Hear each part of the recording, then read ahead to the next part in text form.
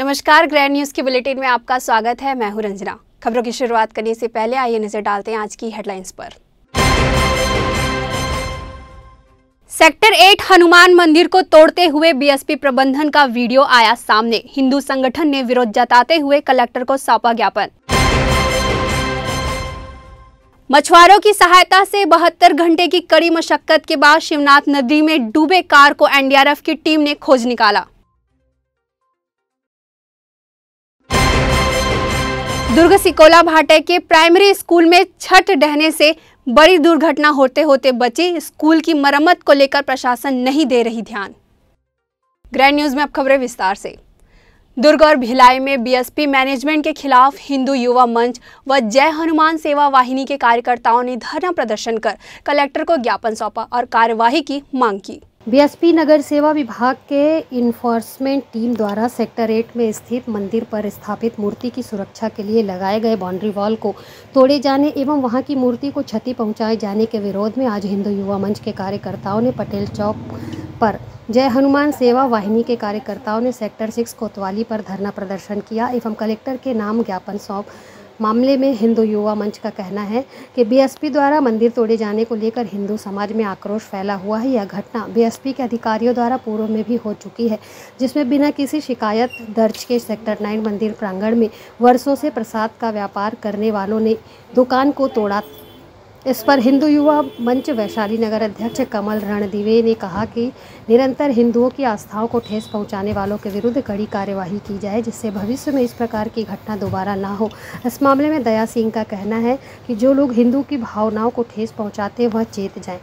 मंदिर जो तोड़ा गया वो सरासर गलत है और बीएसपी प्रबंधक के द्वारा इस तरह का तोड़फोड़ और मंदिर को ही टारगेट बनाना ये अच्छी बात नहीं है। अब भोले बाबा का मंदिर है, सावन का पर्व है, पहले तो एफआईआर हो उस पर और दूसरा मंदिर का पुनर्निर्माण कराए भिलाई स्टील प्लांट और जिम्मेदार अधिकारी, क्योंकि इस तरह का कूटनीति के तहत में तोड़फोड़ ये कतई बोलबम समिति बर्दाश्त नहीं करेगा। इस बात का ध्यान रखें और इसको तत्काल कार्रवाई, एक तो एफआईआर हो और साथ ही इनका पुनर्निर्माण मंदिर का हो। जो सेक्टर 8 में मंदिर तोड़ा गया है, मैं इसकी निंदा करता हूं और मैं मांग करता हूं कि इसे पुनः स्थापित किया जाए, क्योंकि लगभग 5 वर्षों से वहां पे पूजन हो रही थी और पूजन के साथ लोगों का जुड़ाव भी उस आस्था से जुड़ा हुआ था। तो ये तोड़ना गलत है और इसे पुनः स्थापित करना चाहिए, मैं यही मांग करता हूं। जय श्री राम साथियों, जैसा कि आप सभी को पता है कि आजकल हिंदू आस्था को ठेस पहुंचाना, हिंदू देवताओं को गाली देना, उनकी मूर्तियों को तोड़ना एक फैशन सा चल गया है। इसमें समुदाय विशेष की बात मैं नहीं करने आया। आज मैं बात बीएसपी भिलाई स्टील प्लांट की कर रहा हूं, जहां के अधिकारी आए दिन हिंदू देवी देवताओं को, उनके मंदिरों को तोड़ते हैं और पता नहीं क्यों केंद्र में बैठी हिंदुवादी सरकार चुप रहती है। जैसा कि आप सभी को पता है कि सेक्टर 8 में शिवलिंग और बजरंगबली की मूर्ति को तोड़ा गया है बीएसपी के अधिकारियों के द्वारा, जिसका कुछ वीडियो भी वायरल हो रहा है। इस मुद्दे को लेकर के श्री राष्ट्रीय राजपूत करनी सेना दुर्ग भिलाई की टीम कलेक्टर को एक विज्ञापन सौंपा है और उस विज्ञापन में साफ साफ एक अल्टीमेटम भी दिया गया है कि इन अधिकारियों के खिलाफ अगर कोई सख्त कार्रवाई नहीं होती है तो श्री राष्ट्रीय राजपूत करनी सेना सड़कों पर आकर उग्र आंदोलन करेगी। आप देख रहे होंगे जिस तरीके से बीएसपी प्रबंधन, जो गरीब लोग हैं जो अपना जीविकोपार्जन कर रहे हैं, एक छोटे सा दुकान लगाकर, छोटा सा वो लगाकर, लेकिन बीएसपी प्रबंधन जो पुराने जो कारोबारी लोग हैं, जो एक अवैध कब्जा कर एक बड़े शामिल लोग अवैध कब्जा कर रहे हैं, उनके खिलाफ कार्रवाई नहीं कर रही है बीएसपी प्रबंधन। केवल और केवल गरीब लोगों के ऊपर ही कार्रवाई कर रही है, जो एक छोटा सा ठेला लगाकर अपना जीवन यापन करता है, अपने बीवी बच्चों का पेट पालता है। उनके ऊपर कार्रवाई कर रहे हैं, गरीब लोगों के ऊपर। और जो बड़े बड़े जो अवैध कब्जा करके रखे हैं उनके खिलाफ कोई कार्रवाई नहीं करती है बीएसपी प्रबंधन। हम इसका कड़ा विरोध करते हैं और इनके हक के लिए हम जमीन तक की, सड़कों तक की भी लड़ाई हम करेंगे। पहले क्या बोलते बीएसपी नगर सेवा विभाग के द्वारा सेक्टर 8 में हनुमान मंदिर को क्षति पहुंचाया गया है, उसकी चबूतरे को तोड़ा गया है, मंदिर को भी क्षति पहुंची है, जिसका हम पुरजोर विरोध करते हैं। हमेशा से बीएसपी प्रबंधन का ये उद्देश्य यही रहा है कि धार्मिक भावनाओं को हमारी ठेस पहुंचाएं। कभी सेक्टर 9 हनुमान मंदिर की प्रसाद वाली दुकान को तोड़ते हैं, कभी हमारे मंदिर को तोड़ते हैं, कभी गरीब बच्चों को। जब हम कई दिनों से हम शिकायत कर रहे हैं कि डीपीएस स्कूल की वॉल जो अवैध रूप से बनाई गई है उस पर कार्रवाई करें, उस पर किसी तरह की इनकी कोई कार्रवाई नहीं। क्यों कार्रवाई नहीं है सर? और वो लगातार ऐसी घटनाएं कर रही हैं जिससे कि हिंदू आहत हो रहा है। हम कलेक्टर महोदय को अवगत कराने के लिए आए कि ये इनके द्वारा किया जा रहा है, इन पे एफआईआर दर्ज की जाए, इन पे कार्रवाई की जाए। अगर नहीं की जाएगी तो उसके मुंह पे कालिक फेंक दी जाएगी। कुछ तो करेंगे, हम छोड़ेंगे नहीं। अगर वो लगातार करते रहेंगे और हम बर्दाश्त करेंगे, ये नहीं चलेगा। ग्रैंड न्यूज़ के लिए दुर्ग से नवीन दिल्लीवार की रिपोर्ट। 72 घंटे से शिवनाथ नदी में लापता कार का पता चल गया है। क्षेत्रीय मछुआरों की सहायता से शिवनाथ नदी में डूबे कार का पता चल गया है। वहीं कार में एक शव भी बरामद हुआ है। घटना की सूचना मिलते ही मृतक के परिजन घटना स्थल पर पहुंचे। आपको बता दें कि पिछले 3 दिनों से एनडीआरएफ, एसडीआरएफ, जिला प्रशासन, नगर निगम प्रशासन की टीम लगातार लगी हुई थी, लेकिन उन्हें सफलता नहीं मिली। आखिरकार स्थानीय मछुआरों की सहायता से डूबे हुए व्यक्तियों का पता लग पाया। ग्रैंड न्यूज संवाददाता नवीन दिल्लीवार और वीना दुबे ने मौके पर पहुंचकर वस्तु स्थिति का जायजा लिया और उन गोताखोरों से जानकारी ली कि किस तरह से उन लोगों से देसी जुगाड़ के माध्यम से इस कार का पता लगाया जाए। क्या कुछ तकनीक उन्होंने उपयोग की, इस पूरे प्रकरण में एक बार फिर आधुनिकता देसी जुगाड़ के सामने परास्त होती नजर आई। पिछले 72 घंटे से एनडीआरएफ की टीम ने जो कारनामा नहीं किया, वो आज लोकल गोताखोरों ने महज आधे घंटे में करके दिखाया। पहले गोताखोरों ने गंगा मैया की पूजा अर्चना और फिर गोताखोरों की टीम ने जाकर कार का पता लगाया। 3 दिन से चल रहा था रेस्क्यू ऑपरेशन। 2 दिन से हम एंकर वगैरह डाल रहे थे, लेकिन हमें सफलता नहीं मिल रही थी। कल शाम को हमने डिसाइड किया कि हम महाजाल जो है लगाएंगे। तो महाजाल पहले से भी 10 दिन पहले हमने खरीदा उसको। फिर महाजाल की मदद से हमने मछुआरों को एकत्रित किया, उनको मोटिवेट किया। और यहाँ पे जो श्याम धीवर है और एक बंसी करके है, उससे मैंने आज सुबह भी जाल जो है उसको फिट कराया और उसमें जो वेट वगैरह डाला। और आज सुबह हम मछुआरों के साथ उतरे हैं और हमें सफलता मिली है। जाल डाले, जाल के साथ ही साथ फिर यानी बहाते बहाते गए हैं जाल नीचे तक के। फिर जाल जैसे फंसा तो फिर वहाँ अंदर जाके डूब के देखे, यहाँ पता चला कि यहाँ ये गाड़ी है, गाड़ी में फंसा है। फिर अंदर जाके वहाँ पर तकरीबन 30 फीट पानी होगा, तकरीबन 30 फीट पानी वहाँ पर जहाँ पर गाड़ी मिला है। आखिरकार 72 घंटे के मशक्क़त के बाद एसडीआरएफ की टीम, एनडीआरएफ की टीम, नगर निगम प्रशासन, जिला प्रशासन की मशक्क़त के बाद इन लोकल गोताखोरों की मदद से ही गाड़ी निकाली गई है। गाड़ी निकल चुकी है। अभी एक लाश उसमें दिख रही जो कि पूरी तरह से सड़ चुकी है। और गाड़ी का नंबर मैं आपको बता दूं CG04LW1177 मोहन लाल जैन की यह गाड़ी बताई जा रही है। पिछले दिनों ही एक एफआईआर दर्ज हुई थी टिकरापारा थाना क्षेत्र में। कुछ परिजन भी आए हुए थे। अभी जब गाड़ी निकली है, पुलिस द्वारा उस गाड़ी को जब्त कर लिया गया है। मीडिया को भी जाने नहीं दिया जा रहा है। अब आगे की जांच के बाद ही पता चल पाएगा कि जो एफआईआर दर्ज हुआ है टिकरापारा क्षेत्र में, ये उसी मामले की एफआईआर है या वो गाड़ी कहीं और की है। अभी ताज़ा अपडेट ये है कि गाड़ी निकाली जा चुकी है। सफ़ेद रंग की स्विफ्ट कार है। गाड़ी का नंबर एक बार मैं फिर से दोहरा दूं, CG04LW1177 मोहन लाल जैन की यह गाड़ी बताई जा रही है। आखिरकार लोकल जो गोताखोर हैं उनकी मदद से देसी जाल बिछा के, ये वो गोताखोर हैं, उनकी मदद से ये कार की प्राप्ति की गई है। महज आधे घंटे की कार्रवाई में कार की प्राप्ति हो गई है। एक लाश प्राप्त हुई है। अब आगे पुलिस की कार्रवाई के बाद ही पता चलेगा कि कार में और कितने लोग मौजूद हैं और गाड़ी कहाँ की है। रायपुर की गाड़ी है, लेकिन लोग कितने थे, कहाँ से वो आ रहे थे और किस तरह से ये घटना हुआ है। ग्रैंड न्यूज़ के लिए मैं नवीन दिल्लीवार। ग्रैंड न्यूज़ के लिए नवीन दिल्लीवार के साथ वीना दुबे की रिपोर्ट। कैंप 1 बैकुंठ धाम के पास खेलते वक्त एक 6 साल का बच्चा लापता हो गया, जिससे क्षेत्र में सनसनी फैल गई। तो वहीं छावनी पुलिस मामले की जांच कर रही है। छावनी सीएसपी कौशलेंद्र पटेल का कहना है कि बैकुंठ धाम निवासी 6 साल का बच्चा यश आनंद लापता है।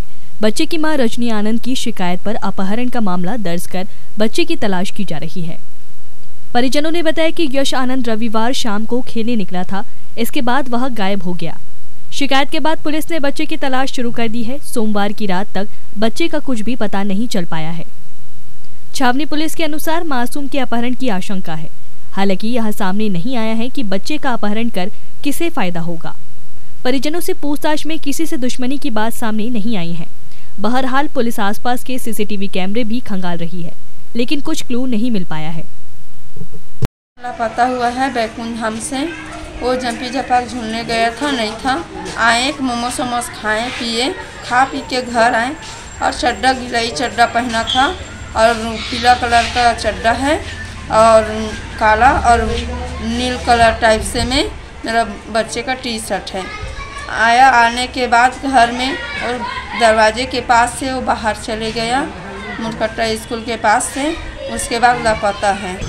जांच के दौरान भी काफ़ी जगह पता तलाश करने का प्रयास किया गया है, जिसमें इस बच्चे का फ़ोटो भी अपने द्वारा सभी ग्रुप्स में वायरल किया गया है और कुछ फुटेज चेक किए गए हैं, जिसमें एक मुरकुट्टा स्कूल के पास में सीसीटीवी कैमरे में अभी बच्चा दिखा है। तो सर कहीं कोई लेके गया ऐसा कुछ? प्राथमिक हम शक तो है ऐसा, क्योंकि अभी तक 2 दिनों से बच्चा घर वापस नहीं आया है, तो हमें संदेह तो लग रहा है कि कहीं बच्चा गुम होना या कोई घटना हो सकती है, बट अभी जांच जारी है। छत्तीसगढ़ सरकार अब गौठानों में गोबर खरीदने लगी है, तो सुख आश्रम वृद्धाश्रम के केयर टेकर ने आश्रम के असहाय लोगों को गोबर खिलाने और आश्रम से बाहर निकालने की धमकी देने लगे। यह हम नहीं बल्कि आश्रम में रह रही बुजुर्ग महिला ने आश्रम के केयर टेकर पर आरोप लगाया है। ये शनिवार के साहब भी से कलेक्टर साहब है, तो पूछिस कि सब जन ला का खातो, हम के हिंदू बंसी अच्छा हम खाते ही। वो गलत है। हमार मन के ते अच्छा मन खाथन, ऐसे कहीं काबा नहीं के हो। कौन कहा थे जोन प्रतिबंधा खेती है तो लो बोले नहीं आई।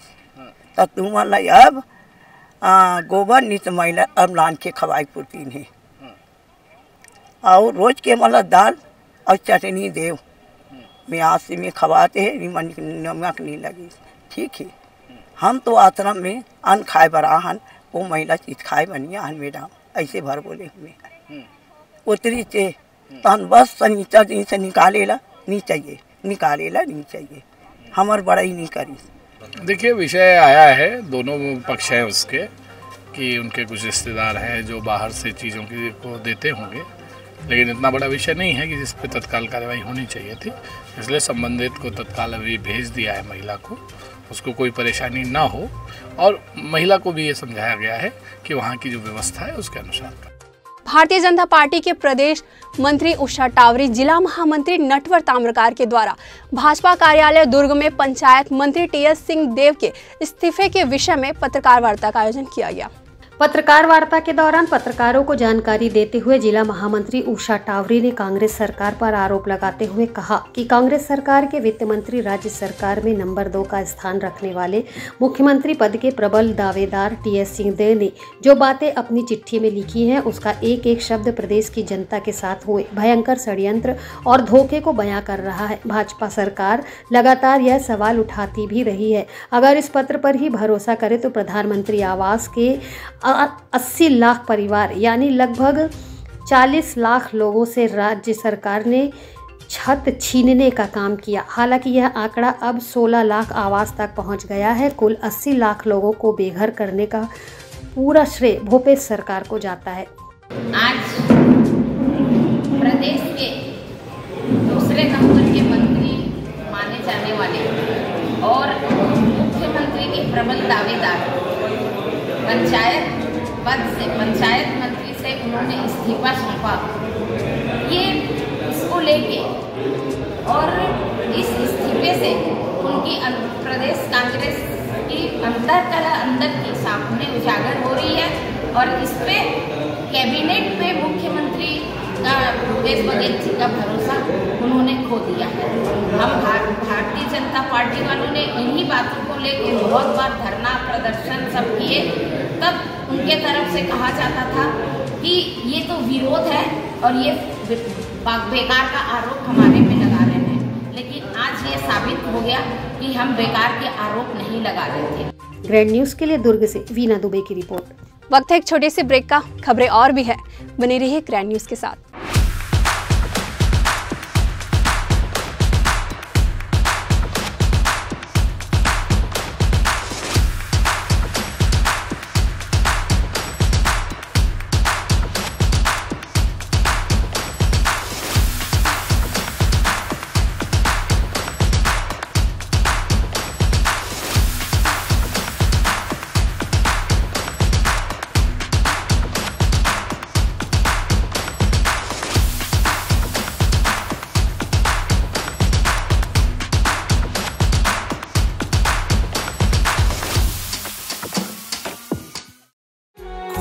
कहे तू काशी में है, कोई कहे कैलाश, जब जब तुझे पुकारा बाबा तू था मेरे पास। तेरे बल से मैं बलवान, बाबा तू मेरा भगवान, तेरे चरणों में ही रहना जब तक मेरे तन में प्राण। मेरे बाबा, मेरे बाबा, मेरे बाबा, भोले बाबा, मेरे बाबा, मेरे बाबा,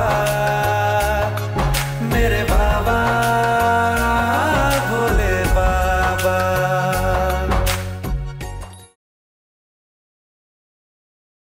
मैं जब अपने बालों को कोम करती थी तो मेरे काफी ज्यादा बाल कोम्बिंग से टूट जाते थे और सीजनल चेंजेस की वजह से डैंड्रफ भी होता था।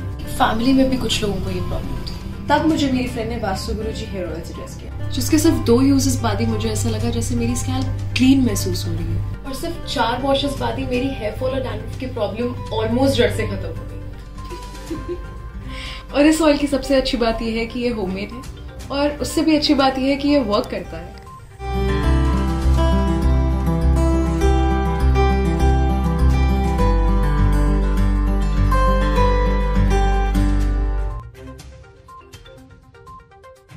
ब्रेक के बाद आपका स्वागत है। रानी तराई के निपानी पुल में गिरे युवक का शव पुलिस ने खोज निकाला है। मृतक का नाम विनयकांत साहू बताया गया है, तो वहीं इस घटना को अंजाम देने वाले आरोपी को पुलिस ने गिरफ्तार कर लिया। दरअसल शुक्रवार शाम ग्राम निपानी के पुल पर 2 युवकों के बीच किसी बात को लेकर विवाद हुआ और दोनों के बीच हाथापाई हुई। इस हाथापाई के बीच मृतक विनयकांत साहू को निपानी निवासी अश्वनी पांडे ने नदी में धक्का दे दिया। निपानी पुल से नीचे गिरने के बाद विनयकांत नदी में डूब गया, लेकिन विनयकांत की लाश बरामद नहीं की जा सकी। पुलिस व गोताखोर लगातार इसकी तलाश कर रहे थे, लेकिन आज सुबह निपानी पुल से 100 मीटर की दूरी पर झाड़ियों में विजयकांत का शव बरामद कर लिया गया है। वहीं आरोपी अश्वनी पांडे से पुलिस पूछताछ कर रही है। यह पूरा मामला रानी तराई थाना क्षेत्र का है, लेकिन युवक का शव धमतरी जिले के भखारा थाना क्षेत्र में मिला है। युवक के शव को पंचनामे के लिए भेज दिया गया है। वहीं भखारा थाना पुलिस अब इस पर कार्यवाही करेगी। शव मिलने की सूचना मिलते ही मौके पर पाटन एसडीओपी देवांश राठौर, रानी तराई थाना प्रभारी सहित ग्रामीण मौजूद थे। रानी तराई थाना क्षेत्र का मामला है, जहां पर कल 2 लड़के वहाँ पर निपानी पुल है उस नाले में गिर गए थे। लोगों का ऐसा कहना था कि दोनों के बीच धक्का मुक्की हुई थी और दोनों गिर गए थे, लेकिन ये जांच का विषय है। और वहाँ पर जब रेस्क्यू टीम और पुलिस की टीम पहुँची है तो एक बॉडी आज रिकवर कर लिया गया है। दूसरे जवान लड़के की जानकारी अभी तक प्राप्त है, उसकी भी खोजबीन की जा रही है। Bureau report, Grand News. विशेष बैठक की आड़ में प्रश्न पूछने के अधिकार को छीनने से आक्रोशित भाजपा पार्षदों ने सभापति को घेरा और कहा कि सत्ताधारी परिषद अपनी नाकामी को छुपाने के लिए 22 जुलाई को विशेष सम्मेलन में पार्षदों के सवाल जवाब से बचने का प्रयास कर रही है और वहीं होने वाली बैठक प्रक्रिया को भी गलत बताया। आर्थिक जनगणना व जाति प्रमाण पत्र संबंधी 2 सूत्रीय एजेंडों को लेकर नगर निगम द्वारा 20 जुलाई को आहूत किए गए विशेष सम्मेलन में जनता की आवाज दबाने, नियम अधिनियम विपरीत मनमाने पूर्ण ढंग से विशेष सम्मेलन नाम देकर जनहित में पार्षदों द्वारा उठाए जाने वाले प्रश्नकाल व लोक महत्व के विषयों को एजेंडों की सूची से निरंक करने के विरोध में भाजपा पार्षदों ने निगम सभापति राजेश यादव का घेराव करते हुए इस बैठक को निरस्त कर साधारण सभा करने या संशोधित कर प्रश्नकाल जैसे महत्वपूर्ण कार्यों को एजेंडों में जोड़ने की मांग की। इसे लोकतंत्र का गला घोटने के प्रयास बताते हुए चेतावनी दी गई है कि यदि बैठक में पार्षदों को जन समस्याओं पर सवाल उठाने रोका गया तो भाजपा सदन के अंदर व बाहर जोरदार प्रदर्शन करेगी। उल्लेखनीय है कि नगर निगम द्वारा बुधवार को बुलाई गई निगम की विशेष सम्मेलन पर बैठक के नियम अधिनियम को लेकर नगर निगम के पूर्व सभापति दिनेश देवांगन ने निगम अधिनियम को लेकर सवाल खड़े किए हैं। इसके बाद आज इस मुद्दे को लेकर भाजपा पार्षदों ने सभापति को घेरते हुए ज्ञापन सौंपकर कहा कि नगर निगम द्वारा जातिगत आर्थिक जनगणना व जाति प्रमाण पत्र स्वीकृत करने संबंधित विषयों को लेकर 20 जुलाई बुधवार को दोपहर 3 बजे से आधे दिन की बैठक आहूत की गई है और यह बैठक विशेष सम्मेलन के रूप में रखी गई है, जो कि पूरी तरह नियम अधिनियम के विपरीत है। विशेष सम्मेलन के लिए धारा 30 के तहत विशेष परिस्थिति या शासन के किसी मुद्दे पर दिए स्पष्ट निर्देश पर ही बैठक संभव है, लेकिन इन दोनों एजेंडों पर शासन का सामान्य सभा में पारित किए जाने का ही निर्देश है। किंतु फिर भी इसे जरूरी माना गया है तो अत्यावश्यक होने की स्थिति में 16 जून को महापौर परिषद में पारित होने के शासकीय 3 दिवस के शासकीय कार्य दिवस के बाद कभी भी रखा जा सकता था, लेकिन MIC से स्वीकृत पश्चात 1 माह से भी अधिक समय बीत जाने के उपरांत अब विशेष सम्मेलन बुलाना गलत है, जबकि नियमानुसार सदन में कामकाजी व्यवस्था के अनुरूप पहले पार्षदों के प्रश्नकाल व लोक महत्व पर निगम द्वारा किए गए पत्रकार व्यवहार किए गए निर्णय से सदन को अवगत कराने की व्यवस्था को कार्यसूची में रखा जाता था और इसके लिए पूरे कार्य दिवस आयोजित किया जाना चाहिए, जिसे निरंक कर विलोपित कर दिया गया है। यह दर्शाता है कि निगम महापौर धीरज बाकलीवाल व उनकी कांग्रेसी परिषद हर मोर्चे में पूरी तरह फेल है और सत्ता पक्ष का जनता के प्रति समस्याओं का सामना करने से बचने इस तरह का शॉर्टकट तरीका अपनाया जा रहा है। यह पूरी तरह से नियम अधिनियम के विपरीत व जनता की आवाज़ दबाने का प्रयास है। इसलिए भाजपा पार्षद दल सभापति से मांग करते हैं कि 20 जुलाई को आहूत बैठक निरस्त कर साधारण सभा आयोजित किया जाए। उक्त विषय को लेकर पार्षद देवनारायण चंद्राकर व नरेश बंजारे ने विस्तृत जानकारियां दी। 20 तारीख को महापौर परिषद और महापौर के द्वारा सामान्य सभा की मीटिंग बुलाई गई है। इस मीटिंग का कोई औचित्य नहीं है। जो पिछड़ा वर्ग जनगणना जो हुआ है उसको लेकर के आनंद फानंद में मीटिंग बुलाया गया है, जबकि इस मीटिंग सामान्य सभा की मीटिंग में पार्षदों को अपना बात अपना सुझाव रखने का उसमें अवसर नहीं दिया गया है। दुर्ग शहर की जनता नगर निगम से त्रस्त है। पूरे वार्ड में हालत खराब है। बारिश के मौसम है, हर वार्ड में कहीं गड्ढा है, कहीं और कुछ भी है, शहर में पानी नहीं आ रहा है। ऐसे में महापौर द्वारा पार्षदों को प्रश्न पूछने का अधिकार नहीं दिया गया है, जिसका हम सब मिलकर के विरोध करते हैं। दुर्ग नगर निगम द्वारा जो सभी पार्षदों के लिए दुर्ग शहर के विकास के लिए जो सामान्य सभा आयोजित 20 तारीख को 3 से 5 के बीच में रखा गया है, जिसमें मात्र 2 एजेंडे हैं, आर्थिक रूप से जातिगत जनगणना और जाति प्रमाण पत्र बनाने की। लेकिन पहली बार दुर्ग नगर निगम में हो रहा है कि किसी भी पार्षदों को प्रश्नकाल लगाने का अवसर नहीं दिया जा रहा है। किसी भी पार्षद को अपने शहर के विकास के लिए बोलने का मौका नहीं दिया जा रहा है। शहर में व्याप्त गंदगी, शहर में व्याप्त असुविधा, शहर गड्ढे युक्त हो चुके हैं, इसके लिए कोई चर्चा नहीं चाहते महापौर। अतः भाजपा पार्षद दल इसके लिए सदन में घोर निंदा करेगी और जमकर इसका विरोध करेगी। ग्रैंड न्यूज़ के लिए दुर्ग से वीना दुबे की रिपोर्ट। वार्ड क्रमांक 14 सिकोला भाटा में प्राइमरी स्कूल में छत ढहने से स्कूल में दहशत का माहौल बन गया। हालांकि इस घटना में किसी को चोट नहीं पहुंची। हादसे में बच्चे सहित स्कूल स्टाफ के साथ गंभीर दुर्घटना होने की संभावना बन सकती थी। पिछले माह स्कूल की जर्जर हालत को देखते हुए विधायक अरुण वोरा ने स्कूल के लिए नए भवन निर्माण कराने की बात कही थी, लेकिन उससे पहले ही यह घटना हो गई। गौरतलब है कि 1 माह पहले विधायक अरुण वोरा ने स्कूल का दौरा करते हुए स्कूल के जर्जर होने पर चिंता जताई थी। वोरा ने कलेक्टर से स्कूल भवन के नव निर्माण के लिए राशि जारी करने की मांग भी की थी। स्कूल को स्वामी आत्मानंद हिंदी माध्यम स्कूल के रूप में अपग्रेड करने की मांग भी की गई थी। वह 17 मई को स्कूल भवन का निरीक्षण करते हुए तत्काल निर्माण करने की जरूरत बताई गई थी, लेकिन इस पर कोई एक्शन न लेने के कारण स्कूल भवन ढह गया। यह स्कूल 1918 में प्रारंभ हुआ था, जिसमें वर्तमान में करीब 200 बच्चे पढ़ते हैं। उखड़ते प्लास्टर की कई बार मरम्मत कराई गई, लेकिन हालात जस के तस बने रहे। जर्जर भवन से प्लास्टर गिरने के खतरे और दहशत के बीच पटरी पार के स्टूडेंट यहां भविष्य गढ़ते रहे। जानकारी के अनुसार स्कूल भवन के लिए 42 लाख रुपए का प्रस्ताव तैयार किया गया है, लेकिन काम शुरू नहीं होने के कारण मामला लटका रहा। वार्ड पार्षद शंकर ठाकुर ने आज स्कूल भवन ढहने की जानकारी देते हुए कहा कि कई बार स्कूल भवन में हादसा होने की आशंका जताते हुए भवन का निर्माण कराने की मांग की गई थी, लेकिन मंजूरी नहीं मिलने के कारण आज भवन का कुछ हिस्सा ढह गया। जर्जर स्कूल की स्थिति को लेकर स्कूल की प्राचार्य सहित अन्य लोगों ने कुछ इस तरह की जानकारियां दी। पहले भी इसके ये में आवेदन दे चुके हैं। कलेक्टर है, मंत्री जी हैं और यहाँ तक कि शंकर ठाकुर भी हमारे जो पार्षद हैं इनके आवेदन भी दे चुके हैं और आत्मानंद के लिए भी इसके लिए आवेदन दे चुके हैं। लेकिन इस तरफ समझ नहीं आ रहा कि पटरी पार्क की तरफ ऐसा ध्यान क्यों नहीं दे रहे हैं प्रशासन, क्यों इस टाइप से ऐसा कर रहे हैं, अलगाव टाइप से इस टाइप से क्यों कर रहे हैं हमारे साथ। ये प्रशासन को सोचना चाहिए।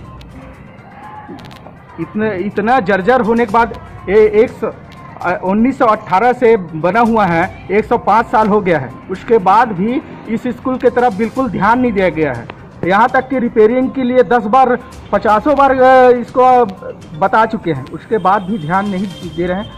ये बहुत बड़ी तकलीफ है। अपना परिचय बताएं। आज अगर वहाँ पर बच्चे अगर बैठे रहते, वो तो सौभाग्य है कि कोई बच्चे स्कूल लगने के पहले ये भरभरा के गिर गया। अगर बच्चे बैठे रहते तो बहुत बड़ी दुर्घटना होता और इसका प्रशासन जिम्मेदार है। कई बार हम लोग भी बोले इसको रिपेयरिंग कराओ, लेकिन आज तक कभी किसी ने ध्यान नहीं दिया। जो सरकार की तरफ से शिविर वगैरह लगा था उसमें भी सर जन दर्शन और जन समस्या निवारण में भी सभी को हम सूचित किए हैं, हमारे पूरे मोहल्ले वासी, उसके बाद भी ध्यान नहीं गया है। कम से कम 105 साल हो गया है ये जो बिल्डिंग जिसके बारे में बता रहे हैं, जो कि आज गिर चुका है, 105 साल पुराना है। इसके लिए कई बार बात हो चुकी है, लेकिन अभी तक कोई कार्यवाही नहीं हुई है।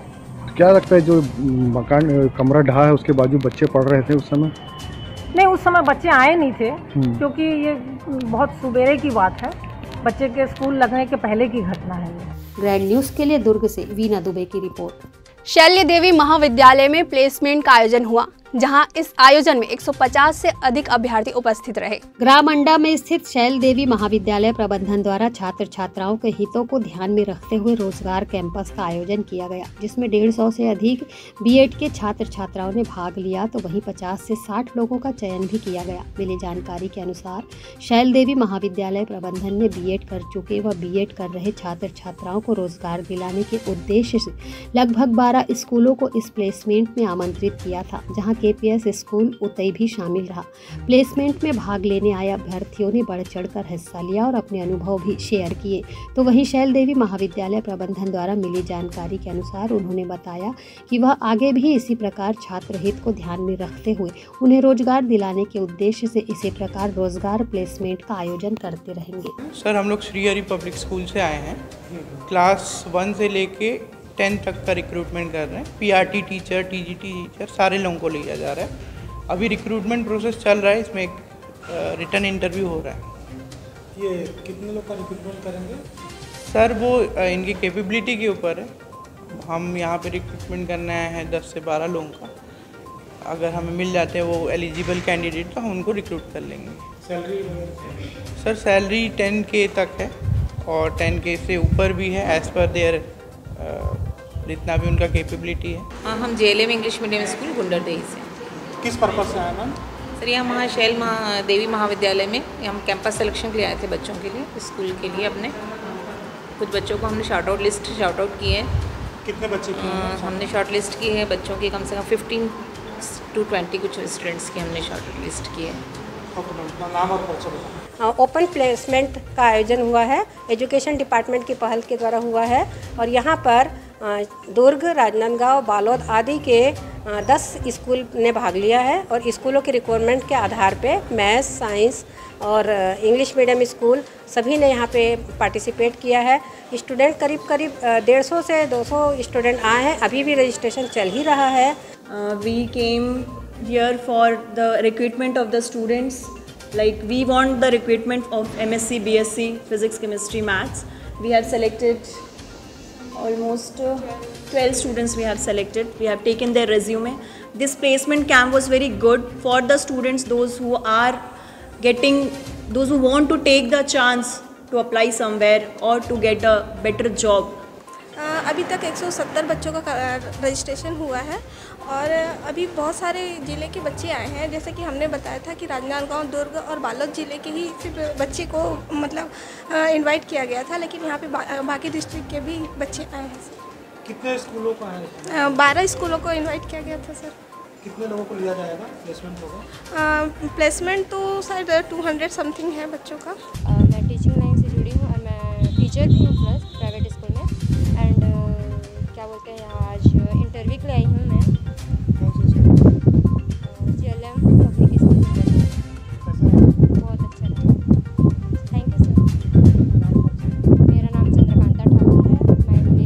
इंटरव्यू तो अच्छा गया है, अब देखते हैं क्या होता है।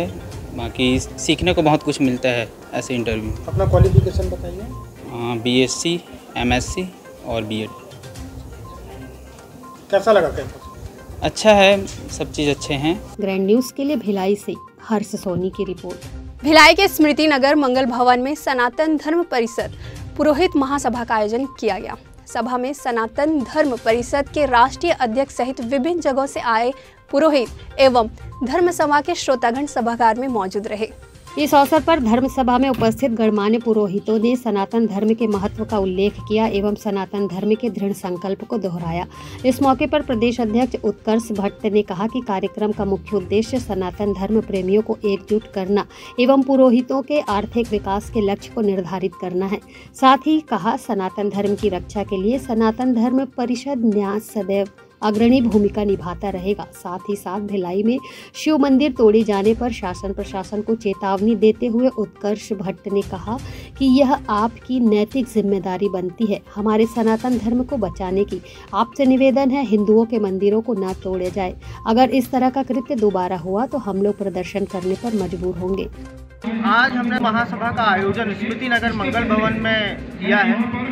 इस कार्यक्रम का उद्देश्य हिंदू और पुरोहित और सनातन धर्म प्रेमियों को एकजुट करना और साथ में एक सनातन धर्म के लिए उसकी रक्षण और पुरोहितों के रक्षा एवं उनके लिए एक फिक्स सैलरी के लिए सरकार से एक मांग रखने का भी हम लोगों ने इसमें आज बातचीत की है। ग्रैंड न्यूज़ के लिए दुर्ग से नवीन दिल्लीवार की रिपोर्ट। ग्रैंड न्यूज़ की बुलेटिन में फिलहाल इतना ही। मुझे दीजिए इजाज़त। नमस्कार।